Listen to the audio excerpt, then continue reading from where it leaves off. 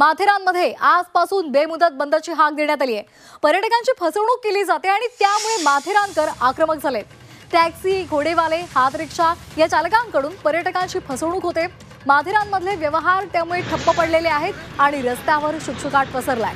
माथेरानमध्ये येणाऱ्या पर्यटकांची फसवणूक होते, लुटीचे प्रकार सुद्धा समोर येत आहेत आणि त्यामुळे माथेरानची बदनामी होते आणि त्यामुळे माथेरानकर आक्रमक झालेले आहेत। या बदनामीचा माथेरानच्या पर्यटन व्यवसायावर विपरीत परिणाम होतोय आणि त्यामुळे पर्यटकांची होणारी लूट तातडीने थांबवा, अन्यथा माथेरान बंद करू असा इशारा माथेरानकरांनी दिला होता।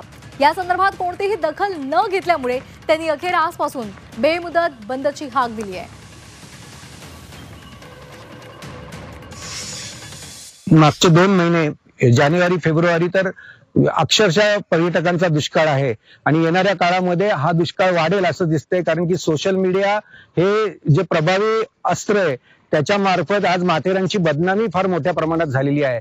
2-4 व्हिडिओ पडले असतील, परंतु त्यांना जे कॉमेंट्स मिळालेले आहेत त्या कॉमेंट्स पाहता त्याच्यामध्ये प्रत्येक कॉमेंट वाचली तर ते प्रत्येक जण आवाहन करते की माथेरानला जाऊ नका, माथेरानला फसवणूक होते, त्यांना कळालं पाहिजे की पर्यटकांची फसवणूक होते तर त्यांनी उपाशी मेले पाहिजेत, अशा प्रकारचे कॉमेंट्स त्या व्हिडिओमध्ये आहेत आणि या सगळ्याची दखल घेऊन सर्व गावकरी एकत्र झालेले आहेत।